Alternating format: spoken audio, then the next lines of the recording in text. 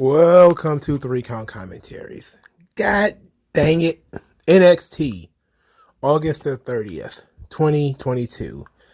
Gotta give them some credit. They took a show that nobody had any business being excited about, and through the power of actual storytelling, they fixed it. So, we're going to be talking about Worlds Collide. We're going to talk about, we're going to do predictions later in the show. We're going to do a review of the show, but we start with news and notes as always. All right, so the big note that everybody wants me to discuss, Velveteen Dream. What took place with the Velveteen Dream? What do I think about Velveteen Dream being arrested? I'm perturbed by people who are, kind of, I don't know, strangely happy that he was arrested. Like, he wasn't arrested for anything major. The fact that he got $120 in bond, technically it's $1,200 if you only have to pay 10%. And when you look at, and I went to the website because that's what I do.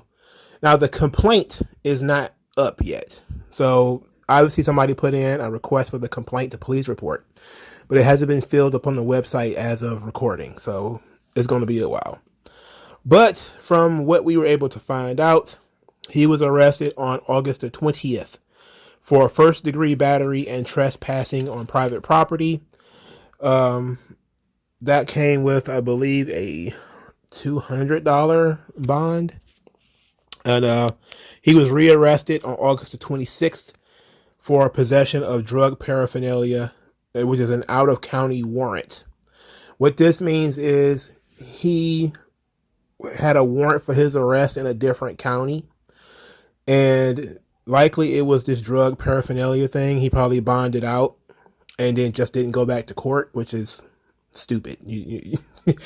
That means that the government is going to issue what is called a bench warrant, which means that a judge signs off that if the police come across you in the street, you're under arrest, period. It's not like Law and Order SVU where they sick the cops on you, Most of the time, they'll just, when they bump into you again, you're under arrest. It's really that simple. Very, very rarely is it a bench warrant where, they actually go looking for you. That's like serious crimes, murder or robbery or something like that.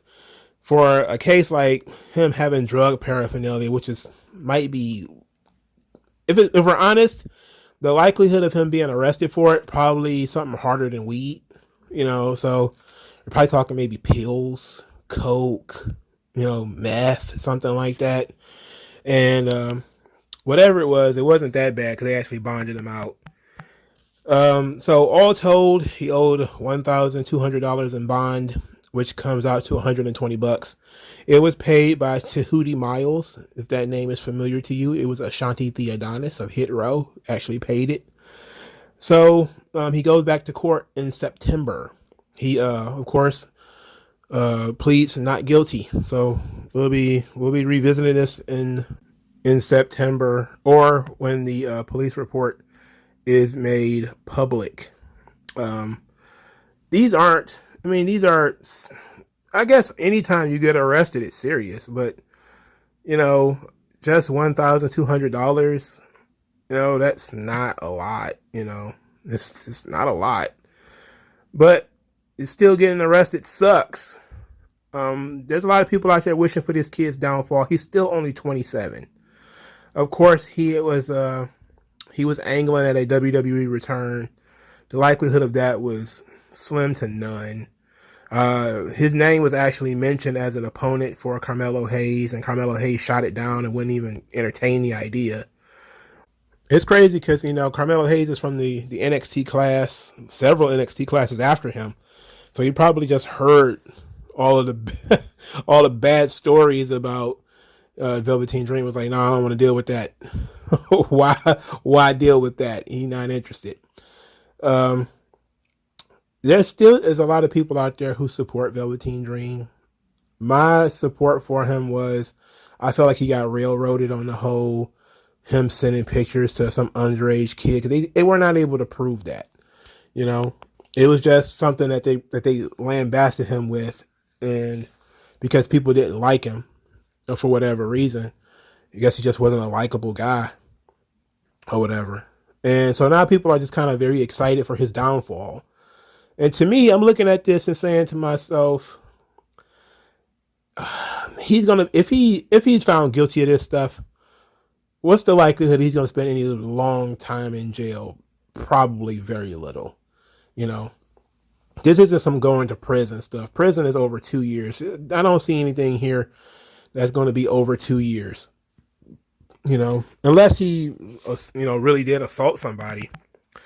But we don't know what kind of assault that is. If it's a battery, like a first degree misdemeanor, both of these are misdemeanors. So it clearly wasn't a felony assault. So it's likely he pushed somebody, shoved somebody, pie-faced somebody. And, that stuff is illegal. No matter how much people, we kind of do that stuff to each other all the time when we get into an argument. But that stuff is illegal, man. You can't go around pie-facing people and shoving them because they can call the cops and say they put your hands on you, it's battery. It is what it is. It's unfortunate, though. But until we have all of the information, I'm not going to say how I really feel about it. I'm just going to say that I don't wish ill of anybody who, if he really did do something to a kid, I would be having a different conversation with, because I don't really believe that right now. I just think that the guy is spiraling out of control. Some wrestling website, I forget what it was. I think it might have been PW Insight or Wrestling Inc. had the audacity to put at the end, Patrick Clark has not wrestled since his WWE release. And I just sat there and I looked at it and I was like, because anytime he tried to get a fucking job, you assholes pop up and get the place canceled. I remember that one time we did a video on this, right? Where a promoter wanted to bring him up to a show, and the wrestling websites and all of the fans deluge this and threatened to boycott and threatened to cancel the show and all kinds of stuff so that he couldn't perform. So they made the promoter basically drop him from the show. So yeah, he's not able to, he hasn't wrestled since then. You won't let him. And I feel the same way about Joey Ryan. Like Joey Ryan was a guy, he was working at Disney World. Like the guy wasn't even in the wrestling business at this point. He's working at Disney World. And you have people hounding Disney World to get him fired. It's like, okay, what do you want him to do? Do you want him to just fucking hang himself? Is that really what you want? Because if the guy can't make any money anywhere, that's the point. That's where you're leaving him at. If you're going to just fucking hound the guy for something that might... Look, even when it comes to Joey Ryan, he might have even been an asshole. But there was nothing that I saw that says that Joey Ryan should either been in prison. Like, if he beat somebody up, raped somebody, or molested somebody, sure, if he's just a jackass and you don't like him. Oh, he was a bad boyfriend. I don't care about that. You shouldn't even lose your job for being a bad boyfriend. Because bad girlfriends don't lose their fucking jobs. All right? Bad wives don't lose their fucking jobs. All right? But Velveteen Dream and Joey Ryan and guys like this, guys who are not convicted of any serious crimes, not being able to move on with their lives, you're basically begging them to fucking commit suicide. You're putting them in a situation where they cannot go forward. They can't go forward in their chosen career, but they also can't go into another career either without being hounded and just bothered by these idiots online. Like, it's ridiculous. That Joey Ryan thing really pissed me off. It really did, because I felt terrible. Like, all right, you don't want him wrestling. You don't have to pay. You don't have to buy it. We've gone beyond the point where if his name is on the marquee, you don't have to buy a ticket. We've gone beyond that to now, even if you thought about booking the guy, we're going to cancel the show anyway, because we're going to have to cancel the promoter. Because how dare you say somebody deserves a second chance? You don't get to make that decision. You need our permission to book whoever you want on your show. So you lose twice anyway. If you book the fucking guy, everybody gets mad. They're going to stay mad even if you take the guy off the show. So, but then if they move on, would try to move on with their lives, we're still fucking bothering them. Like, Patrick is not a wrestler anymore, apparently. Again, he hasn't worked in the business since he got released. And as far as we know, he wasn't even working in the business at the time of his arrest. But it's just something that we feel like, this guy's face is all over TMZ and everything now for misdemeanor crimes. Misdemeanors. They're acting like this guy did some horrible, felonious set. Like, you think he set an orphanage on fire with as many people as following this case. Come on, drug paraphernalia. That could be any fucking thing. It could be a weed bong. It could be anything. Like, not a battery thing. Okay, we can deal with that when the information comes out. But ultimately, we need to really leave these guys alone, man. He's not convicted of anything yet.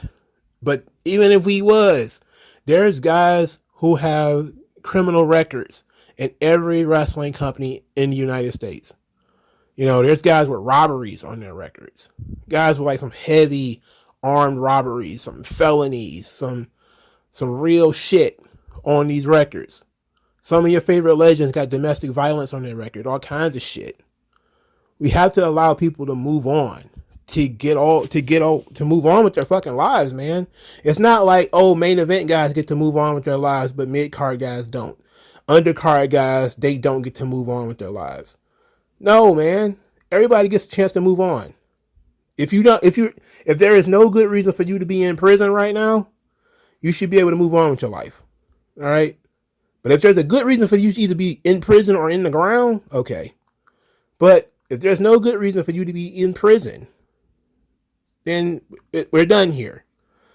So that's my general opinion until I figure out what he actually did. When the police report or whatever, the complaint is actually out, we'll be able to look and see what he's been accused of.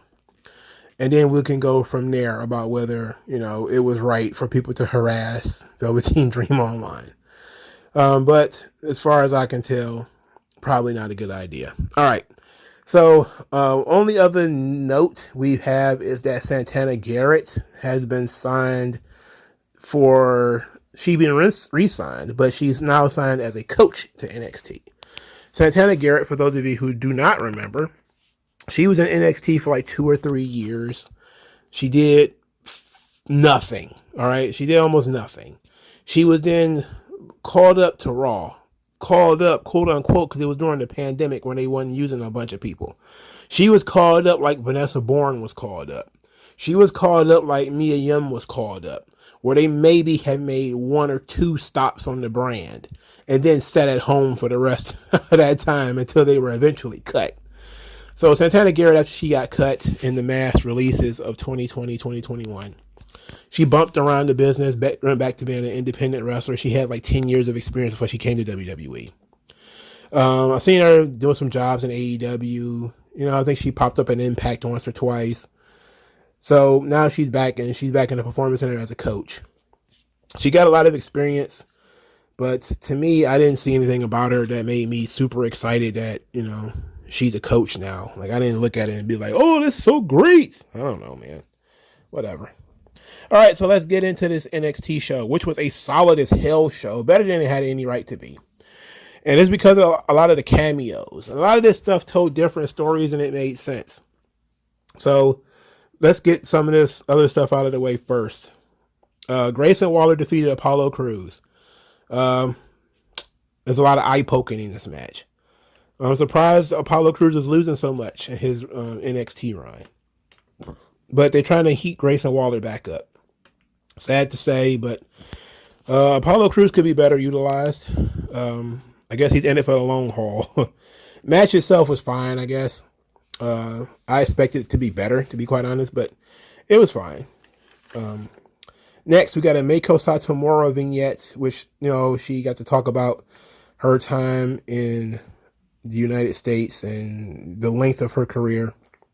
She said the NXT UK Women's title is the most prestigious title she's ever held.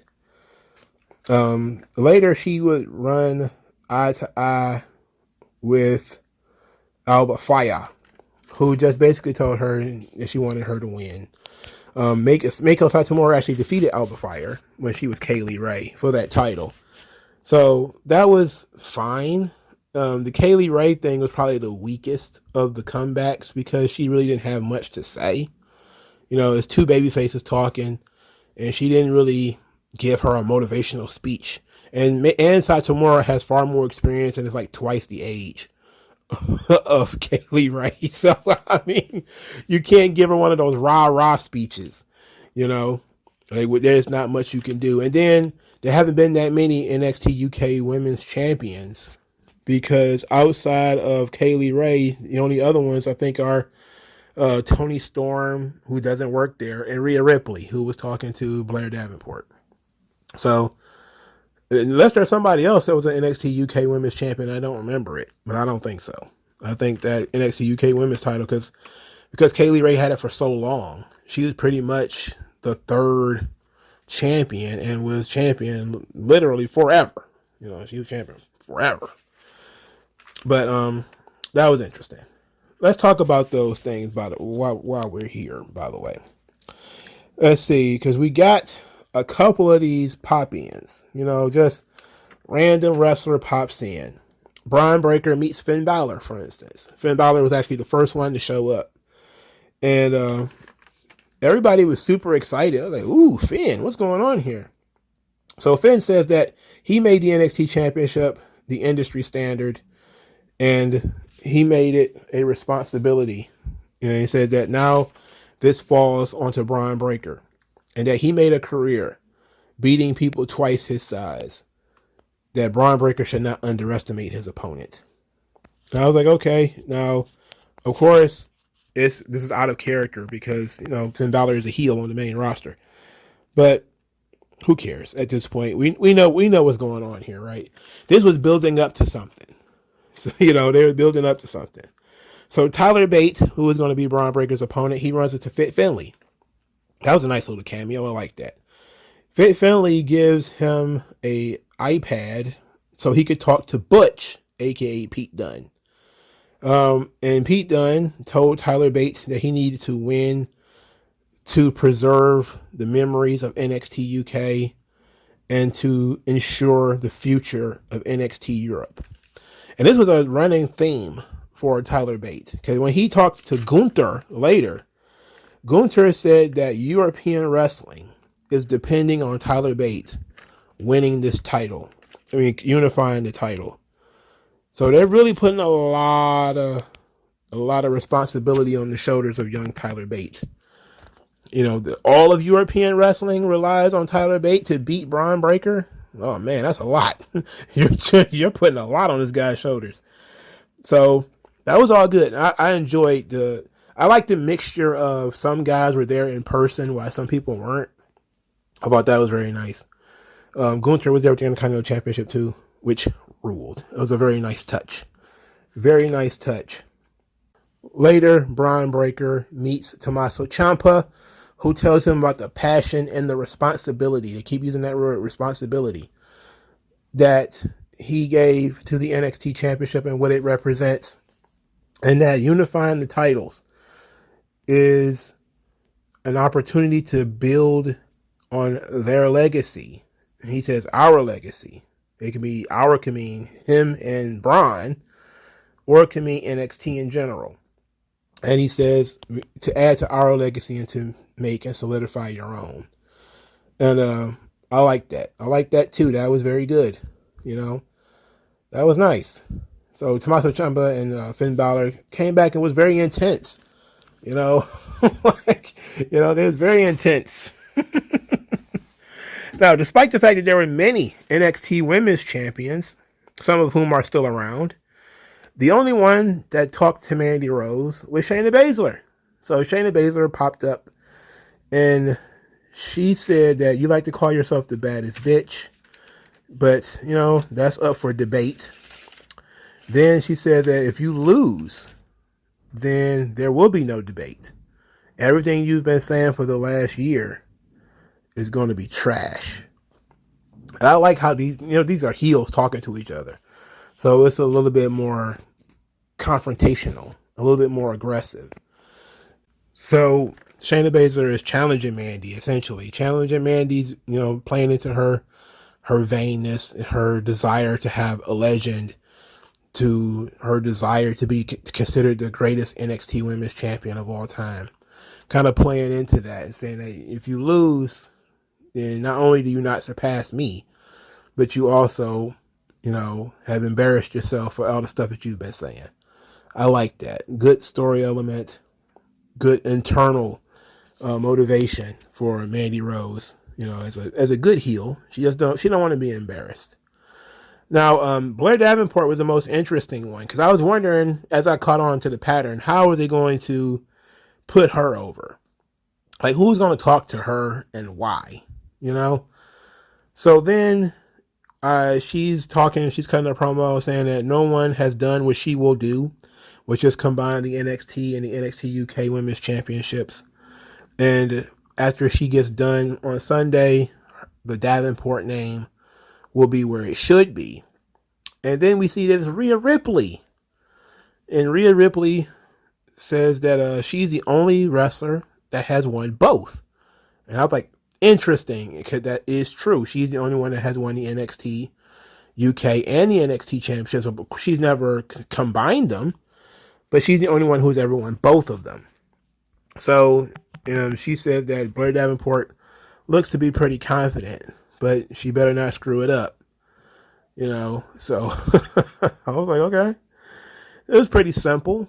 The Rhea Ripley one, not quite a 1-to-1 like the other ones where they were talking to, avatars past or, champions past, like, don't screw it up.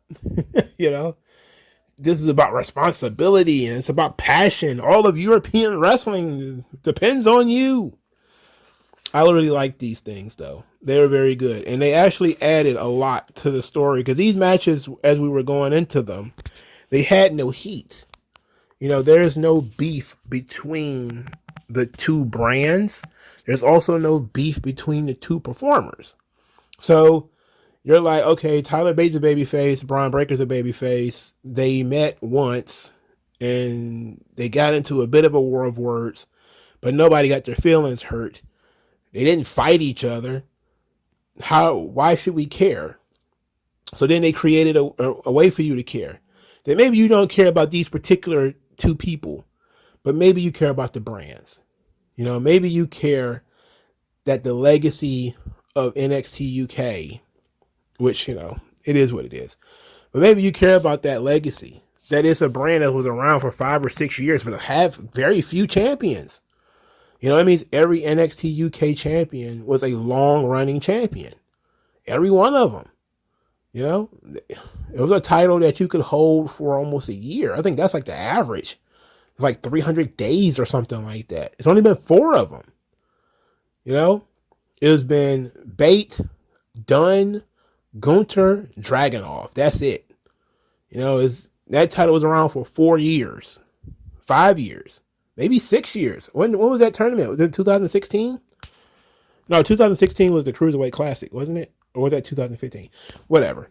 In any event, it has only been 4 champions in the brand's whole existence. And what the NXT UK title, what it meant.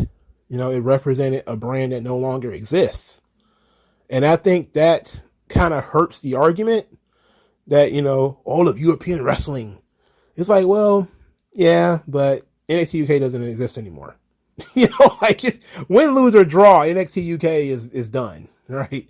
So that's kind of one of the things that, you kind of walk away from it like, well, you can't put that much effort into the kid.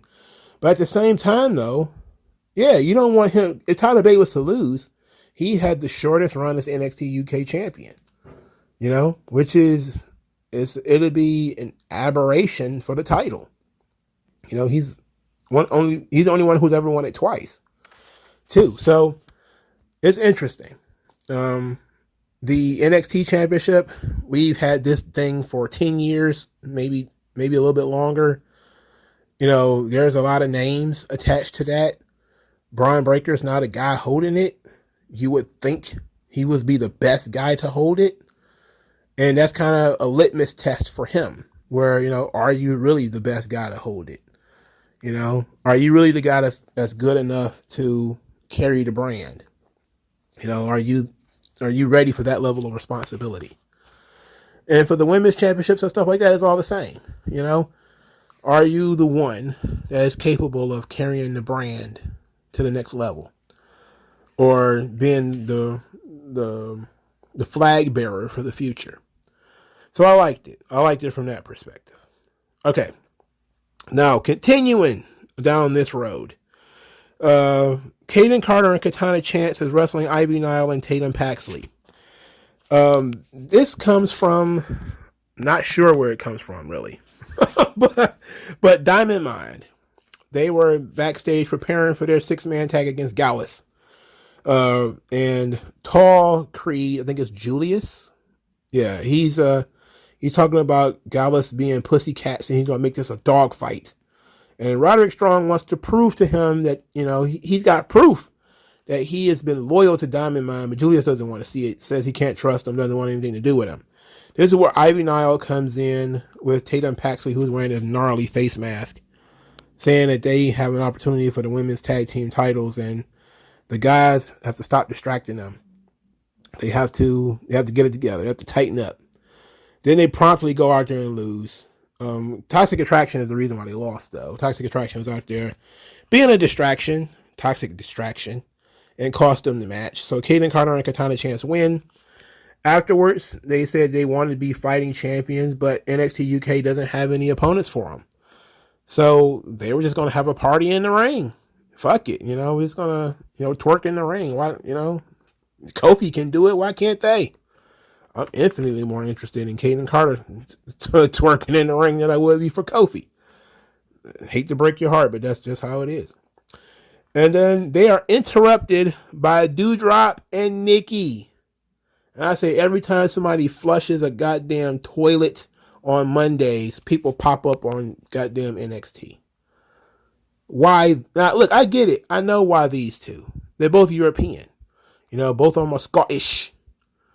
But can we pretend, even for a moment, that they were not Doudrop and Nikki Ash? Okay?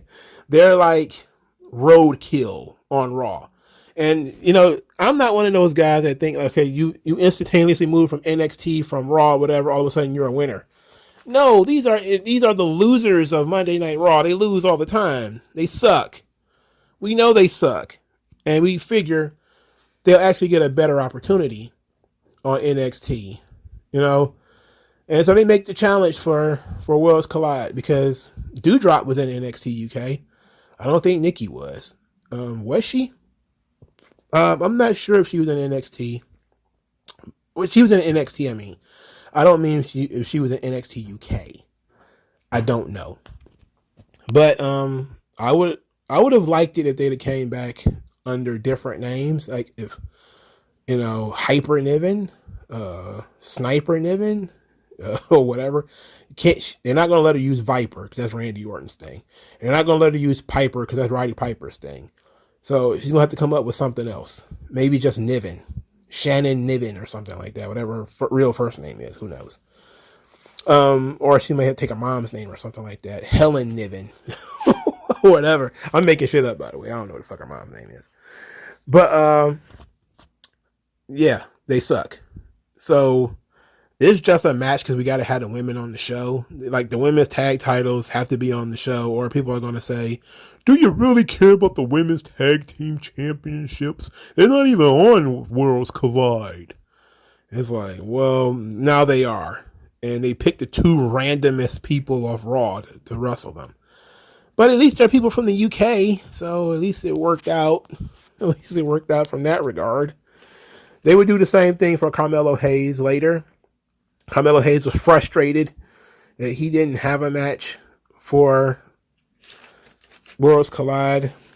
He came out there and said he's already unified titles. He's already done that. Y'all late to the party on that one. And then said they tried to tell me this is a secondary title. He said, I'm not secondary to nobody. Then Trick Williams, of course, hilariously said there is no premium live event without the premium superstar Carmelo Hayes. Trick is my dude, man. He rules. Trick rules. Then Carmelo Hayes announced that nobody is on his level. Everybody's below him, so he's not going to defend the title at all. And I called it just seconds before Ricochet came out there. It was the only one that made sense. It followed the theme that they were going through with old versus, old talking to new, sort of that reunion aspect of do it for us. Do it for us. And, when there was no do it for us, it was kind of I'm challenging you out of nowhere kind of thing. And because of Doudrop and Nikki, I'm like, they're just going to call somebody in to wrestle Carmelo Hayes, but who could it be? And I was like, okay, how many former North American champions are on the roster? And I figured, I kind of said, is he going to be Ricochet? Is going to be Thick Boy? Because I heard that Thick Boy is supposed to be coming back. But I've heard everybody's coming back, so I didn't put too much stock into that.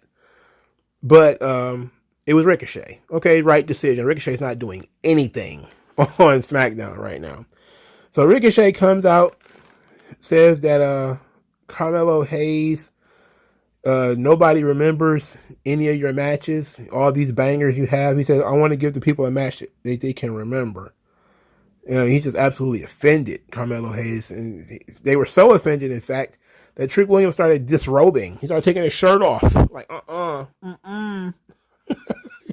He started taking his shirt off. Of course, that's not true. Carmelo Hayes kills it. All of his matches are memorable, but this one is the next level. On an athletic standpoint, this match is next level, and it's a little bit better because Ricochet, despite the fact that he's been a job guy for a long time, he hasn't been losing a lot lately. So it really will, give Carmelo Hayes something to beat him, as opposed to Caden Carter and Katana Chance beating Doudrop and Nikki Ash. They wouldn't do anything for him because they lose to everybody, But I'm really hype for a match with no heat going into it. That we're just going to have it for the sake of good matches. Carmelo Hayes and Ricochet, absolutely. Let's go for it. Fuck it. There's always going to be an exception. There's still a part of me that likes indie wrestling. There's still a lot of, I like wrestling. So there's always going to be that small little piece of me that's going to be like, just to have a good match. That would be a good match to have. And Carmelo Hayes versus Ricochet is that one. So I am very happy to be here for the Carmelo Hayes and Ricochet competition. I'm all about that. Unfortunately, they wouldn't stop doing that, though. They decided not to book an entire card, but instead to do, hey, wouldn't this be a good match? And I was like, wait a minute. We don't need that many good matches. All right, Kiana James was in her office. She got like all of the credentials, like all of them. And she's yelling at people over the phone. And she says that she knows how to get things done, unlike Zoe Stark. And I was like, oh boy. She called Zoe Stark a tryhard and said that she overpromises and underdelivers. I was like, oh boy. So we got to watch dry ass Zoe Stark wrestle Kiana James. Thankfully, it was short. Zoe Stark wins with her flipping doodah finish. She was then going to cave, Zoe Stark said, in with a briefcase or something like that before Nikita Lyons tackled her and took her down. Why is Nikita Lyons shackled to Zoe Stark now? I know that y'all stupidly made them tag team partners, but that's over. Unless we're about to introduce Kiana James, a tag team partner. Which, maybe that's what they're about to do. I don't know. I'm not gonna pretend to tell Shawn Michaels what to do. At least not yet. As long as he don't do nothing stupid. Like put fucking Von Wagner in one of these matches or something like that. I don't got a problem with him then. I will have a problem with him if he does that. All right, so Joe Gacy. He's hanging out with Grizzly Young Veterans. I can't remember what their name is. Okay, it's a Dyad. I actually wrote it down. I couldn't remember. It sucks so bad. I can't remember what their goddamn names are. I just know them as the Grizzly Young Veterans, and that is what it is. So, Joe Gacy cuts this promo about how defeating Legado del Fantasma proved that their way of life was undeniable. And he said that we scored a victory for anyone who wants to live in harmony. He then presented them both with smiley face buttons, which represents the great strides that they've made, and it represents recognition of their great talent and how they've opened the doors for more branches on the schism tree or something to that effect. They both talked about there being strength together and how they feel like home, whatnot, that they're in the schism with Joe Gacy. And Joe Gacy then says that it is now Cameron Grimes' time to join up, to make his decision. They even had a space for him on the side, like a stool with his picture on it, which is creepy as shit. So he comes out there. I mean, they just continuously make Joe Gacy look like a camp counselor. He's like goddamn Cobra Commander one week. Next, he's like a pedophile camp counselor the next week. I don't understand what's going on. Anyway, Gacy comes out there. Well, no, Gacy's already out there. Cameron Grimes comes out there. The long and the short of it, I don't need anybody to go to the moon. I'm going to do it myself. Joe Gacy says that the loneliness is killing you. And that underneath all of this bravado is misery. You're wearing a mask, Cameron Grimes. Underneath all of that, you're miserable. And Cameron Grimes was like, no, I'm not miserable, actually. I got myself in some bad situations, lost some matches, but I can pull myself up. I can get out of this. To which Joe Gacy says, all right, another night alone without a championship, without family, without a father. And that was like, ooh. So Grimes, of course, turns back around to try to fight them. And Joe Gacy holds back the dyad. They stopped them from beating up Cameron Grimes. He got a couple of cheap shots in. Okay. We kind of all knew that Cameron Grimes was going to turn it down. There's a grumble. Like, there's some people who've been NXT, they're kind of overdone. And I think Cameron Grimes is one of those guys. He certainly should be on the main roster at one point. But I don't think you should rush to take everybody out of NXT at the same time. Like, it's NXT is one of those properties where, because everybody moves on, you have to be careful how you do it. You can't just yank a bunch of people out of NXT at once. Like, if you do that, you'll kill it. They've been doing a good job of building up a loyal audience. Like, the NXT's audience has been waffling lately, but it's been consistently kind of increasing. So that means that people are now starting to finally click with some of these people. Some of these characters are starting to click. People are starting to actually like them. They've been around long enough to, for this stuff to start to work. You don't want to start just yanking people out because it's time for Braun Breaker to go up to the main roster and wrestle Roman. Like, no, nobody's going to do that. So what's the rush? The guy's 23, 24. What's the rush? There's no rush. Cameron Grimes is in his 30s, if I remember correctly. Or is he late 20s? One of the two. There really is no rush. Because where are you going to put him? That's going to be the question. Where do you put him? So him sticking it down in NXT is probably for the best. Because, like, again, where are you going to put him? Tag team division? With who? It's just one of those things that I just throw out there. But as far as this feud with Joe Gacy, it just feels like something to do. It doesn't feel like it has any major consequences or major stakes involved. Just that Joe Gacy's going to make some unfair digs on him about his dead dad and make him feel bad. And then he's going to have to beat Joe Gacy up. I do like the buttons, though. Like, the smiley face buttons are very ironic because they could represent the fake smiles of Gacy and the dyad. It also reminds me of the Watchmen where they had the little button with the blood on it. And I know it's kind of similar to what Gacy was doing in the Independents, where he would kind of do that. Like, you also saw the smiley face that was covered in barbed wire. That was a Mick Foley thing. So there's always some creepiness to that innocent smiley face, outside of Forrest Gump creating it by wiping his face with mud. Which, sometimes you just fall ass backwards into good ideas, bro. All right. There was a Roxanne Perez vignette where she's still heartbroken and upset because her best friend ruined her life.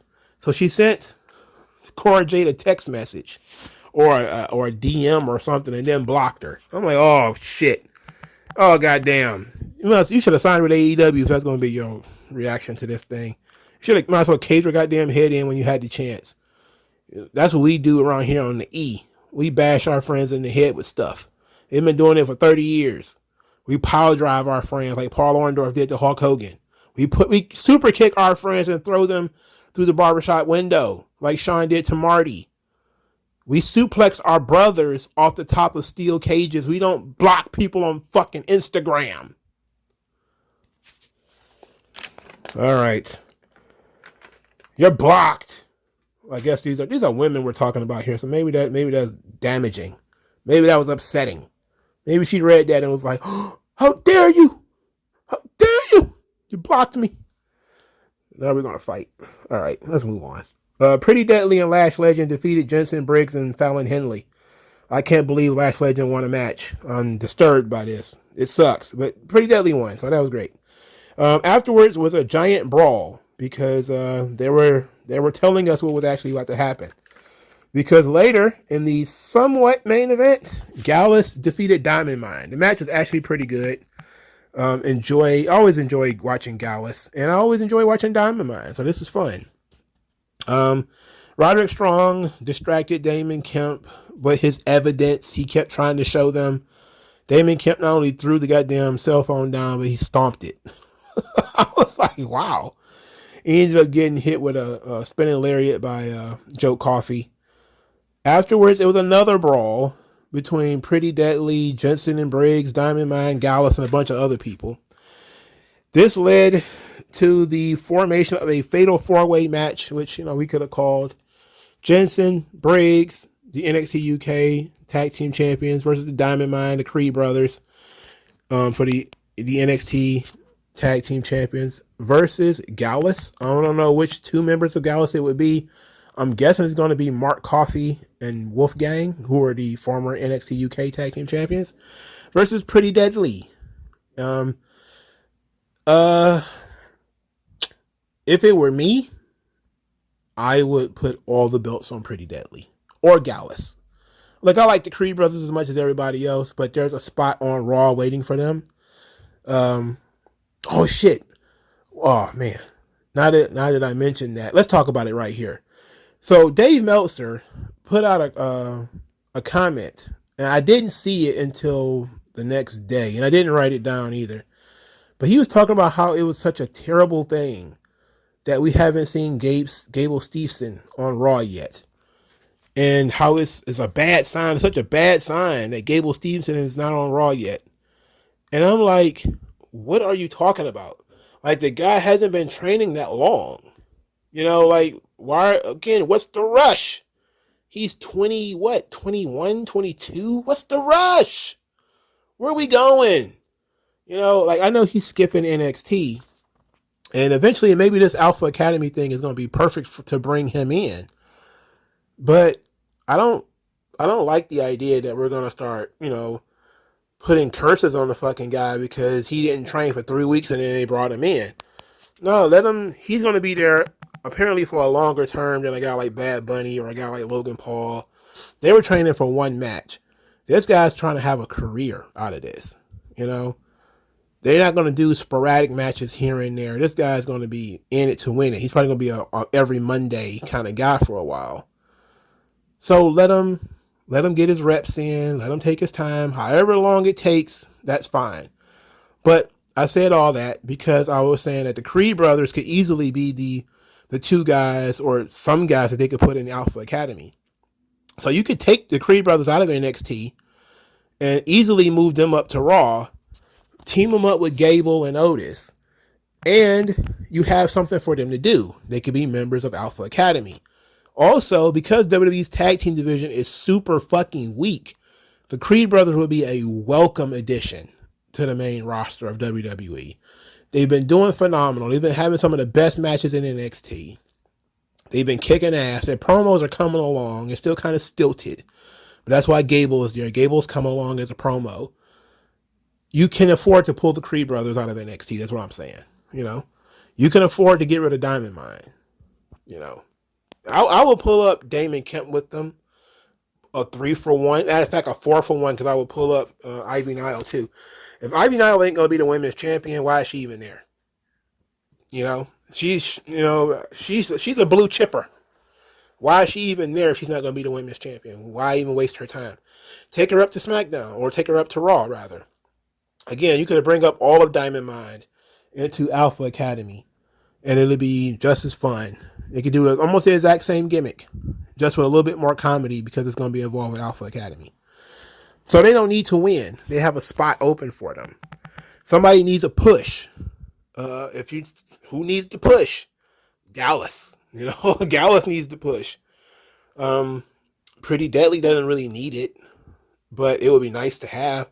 Again, Pretty Deadly, you could just simply move them over to SmackDown with Maximum Male Models. We've been saying this for like 3 or 4 weeks now. It's the perfect spot for them. Jensen and Briggs, you can move them onto the trash can. I mean, they suck. We can keep Fallon Henley. She's nice. We can tuck her under our wing and walk her back to the facility. She's a nice looking young lady, fiery personality. We like her. The other two can jump in the nearest wood chipper. Don't give a fuck about them. Anybody but them, actually. You know, them even being the champions is an offense. It's a felony. So, but everybody, you know, just thinking about, you know, we're overloaded here. We got to start moving people around. And I can see that Worlds Collide and everything leading up to it is basically just going to be, we need to start shuffling the deck. I can see this being the last run for Diamond Mine. And then the Creed brothers haven't already had their tag team title run. They don't got anything else to prove. They've been killing it. They get over. We can move them on. And Roderick Strong, he can make his decision about whether he wants to go to the main roster or not. Now that Triple H is there. If he still wants to go and, you know, wrestle with his friends in AEW, let him go. You know, whatever.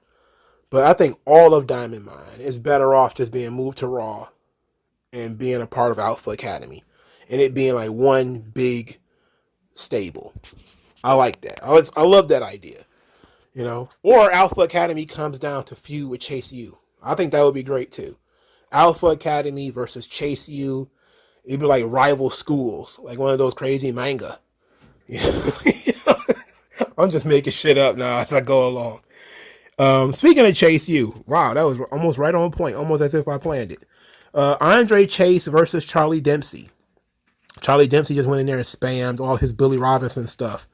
I mean, he went in there and did like a cattle mutilation in which he just kind of danced around them. I'm like, why is he doing that? And then he put on probably the most snug STF I've seen in a long time. That joint was snug. That was a nice tight STF. Unlike that Cena joint. Somebody said I think it was Edge, just he got choked out by John Cena doing his STF wrong. But that Charlie Dempsey STF was pretty tight. Them beating Charlie Dempsey in his first match, I don't know how I feel about that. I guess you don't want to have him beat Andre Chase immediately because if he beats the teacher, then what? But they've been building up the match between him and Bodie Hayward. Bodie was yelling words of encouragement to Andre Chase. This led him to leave the ring to body slam and suplex Bodie Hayward. And when he got back in the ring, he got rolled up and pinned. So they kind of showed that Charlie Dempsey lacks discipline. He has all the technical abilities, but he's not disciplined. He's another dum-dum who, you know, somebody comes near the ring or whatever and gets his attention. Just a dumbass idiot. Dummy idiot. But I like Charlie Dempsey. I don't know why I think that his style is going to get over because he's vicious and I like it. This is going to be the death knell for Pete Dunne because Dempsey does everything Dunne can do, but he's bigger. He's got a pedigree because he's William Regal's son, so they're definitely going to take care of him. And he makes that deadpan personality work out for him. Like, he's not a joke and laugh guy. You know, he's not going to be that dude. He's not going to be the comedy guy. he's going to be that dude who goes in there and twists an arm and, fish hooks a guy. I miss that sort of Dean Malenko, And he still might have some charisma. We haven't seen that much of it yet. But he's been that sort of assassin kind of character. And I think it'll actually work in the long term. That very physical style. Oh, God. That kid's going to get over. That kid's going to make it. Hopefully. Vince probably would have fucked him over and put him in a comedy gimmick. Like Steve Blackman. He had like a block of cheese on his head or something like that. I love the old man. But I know that he does weird shit when guys don't have good comedic timing. They just become the straight man for some silly motherfucker. So I guess definitely see them bringing up Charlie Dempsey in like November of 2024 to be tag team partners with R-Truth. And R-Truth wearing like a little tiny hat playing the guitar or some shit. And Charlie Dempsey just standing there and just deadpan, just staring at this shit. I could just see Vince doing some shit like that. But Triple H, he gonna take care of him. If for nothing else but him saying, William Regal, please come back. You know I love you. I wouldn't have fired you. You know that. Come on back. As soon as that contract is up, brother, come on back. Where was I? All right. JD McDonough. He was talking about Wes Lee, called him emotionally fragile. He also started talking about his experiments with pain. And he said he got called creepy. But every second of his, laying in ice baths and hanging upside down, it's time accounted for, and wants to go beyond feelings. I'm like, oh boy, he's already lost in the sauce. He was better off as just being the Irish Ace. Like, I know that was kind of generic as a character, but he was better off doing that than I don't know what the fuck he's doing now. But it ain't working. It ain't really working out. All right. The next thing we got here, Nathan Fraser and Axiom are sitting there reading comic books. Nathan Fraser starts talking about British wrestling and NXT UK, and it's a shame that Axiom couldn't wrestle in NXT UK because he would have liked it. And then he says, oh yeah, we used to have this thing called the British round system. We used to have this thing. I'm not saying we should do that, but yada, yada, yada. They agreed to have a best 2 of 3 falls match. Again, just a match for the sake of. Because Nathan Fraser is supposed to be a big dumb idiot and not know that this is a kid under the mask. But there's also a wink and a nod because you and I are supposed to know it's a kid under the mask. At the same time, though, a kid wasn't around long enough for us to give a fuck that it's him under the mask. So what the point of this is what? What? What is the point of this? I don't know. Where's Noam Dar? Why is he not a part of this whole thing? Noam Dar has a championship, which is the NXT UK Heritage Cup, and he's not involved at all with any of this. He should be popping up complaining about not being involved. So the only other thing other than this is the Super Diva Quincy Elliott. We're going to pretend we didn't see that. How about that? We're going to pretend we didn't see that. We're not going to fuck up the vibe by talking about that.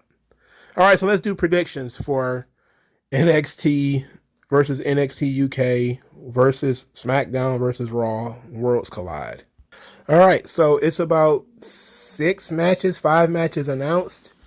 I don't know if Axiom versus Nathan Fraser will actually be on this show or not. Not that the match is between 2 baby faces, so I don't. Who cares really? Okay, let's just say that. Let's go through this card. It's, again, 5 matches. North American Championship: Carmelo Hayes versus Ricochet. Wow. I'm going to go with Carmelo Hayes because Ricochet winning the title wouldn't make much sense, but this is going to be the banger. This is probably going to be the match of the night. Probably the match of the weekend. If they, put their shit together and they save some of the flying around stuff and actually build a story around this could be the match of the weekend. I'm talking like of all fucking 42 hours of wrestling that whole weekend. This could be the one match that's going to be above all of the others. The expectations are that high from an athletic perspective. for these two. I'm going to go with Carmelo Hayes. NXT Women's Tag Team Championship, Katana Chance and Kaden Carter versus Nikki Ash and Doudrop. Clearly, Katana Chance and Kaden Carter are going to win. It's obviously going to pin Nikki Ash because I don't think they're going to be able to do anything with Doudrop. But it's going to be very interesting to show what Doudrop can do, wrestling such smaller opponents, and how she's going to be able to delicately slam them and jump on them and stuff without killing them. It's going to be a great litmus test of her abilities as a big girl to not crush very, very small Katana Chance. She's tiny, bro. She's really small, bro. All right, NXT UK and NXT Tag Team Championship Unification Fatal 4-Way match. The Creed Brothers versus Brooks and Jensen. I keep saying Brooks and Jensen. It's Brooks, Jensen, and Josh Briggs versus Pretty Deadly versus Gallus. Again, I already went through this. I would personally put him on Pretty Deadly or put him on Gallus. If I have to pick one, I'm going to say Gallus. All right, I'm going to say Gallus. I'm just going to assume we do away with Jensen and Briggs somehow. And then that the Creed Brothers will go off to Raw. And, Pretty Deadly will go off to SmackDown. The NXT UK Women's Championship, Mandy Rose versus Meiko Satomura versus Blair Davenport. I am going to stay in my lane. Because I don't win anything or lose anything for being wrong. So I'm just going to stick to my guns and say Blair Davenport is going to win. Something tells me that unless they're going to move her out of this brand without doing anything, which they shouldn't, I think she's a perfect person to take over, especially if we're going to move some people out of the women's division. Blair Davenport is a natural, she's the next one up. Everybody knows how good she is in the ring. She needs to develop a persona. She's developed, her talking skills, and what better way to do that than to be the champion? Because I fear she's going to end up like JD McDonough, and she's going to end up like so many people who came over from the UK, got a big push, at least for a couple of weeks, and then they got lost in the shuffle. Nathan Frazier, A-Kid, there's just so many times this happened. I don't think they would do that to Blair Davenport. They actually seem to like her and care about her. So I'm going to go with Blair Davenport. Mandy Rose doesn't need to continue being the champion. Neither does Meiko Satomura. I would not be surprised if Mandy Rose didn't win, though. To me, if Mandy Rose doesn't lose this match, then Nikita Lyons is about to get the biggest push of all time, because she's about to beat a unified champion in Mandy Rose and walk off with 2 belts. And you know what? That wouldn't be much of a problem for me, because I always believed that it would probably be Nikita Lyons that would take that title anyway, until they started doing the unification stuff.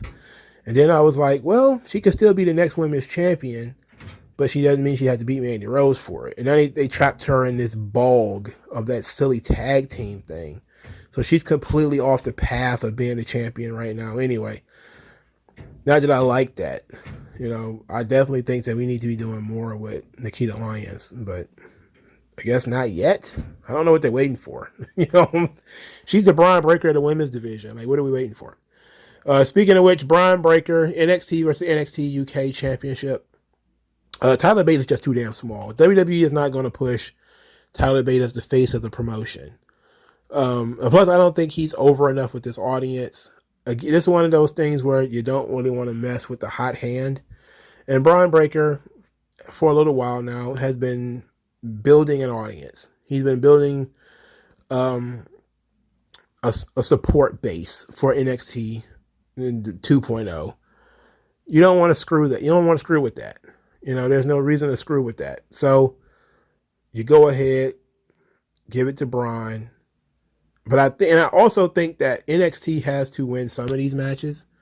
And I'll give them 1, 2, 3. I give them 3 of the matches. So, but I don't think they'll win the women's match or the tag team title match. I don't think so. But I definitely can see them winning the 3 matches that I picked. So let's go through it again. NXT UK and NXT Championship, I'm going to go with Braun Breaker over Tyler Bate. NXT UK Women's Championship Unification match, I'm going to go with Blair Davenport. The Tag Team Championship Unification, I'm going to go with Pretty Deadly. No, I said Gallus before, didn't I? I'm gonna go with Gallus. Yeah, I'm gonna go with. See, I told you I'm conflicted. In the women's tag team championship, obviously Caden Carter and Katana Chance are going to win, and Carmelo Hayes is going to retain his North American title. So there we go. NXT was a fun show with all the cameos. That really helped. On an in-ring perspective, it was kind of weak, but the cameos did a really good job of keeping the show interesting, adding some intrigue and adding some heat to the card. It was a great go-home show. So let me know what you guys think. Like, share, subscribe. I'll talk to you guys later, man. Peace.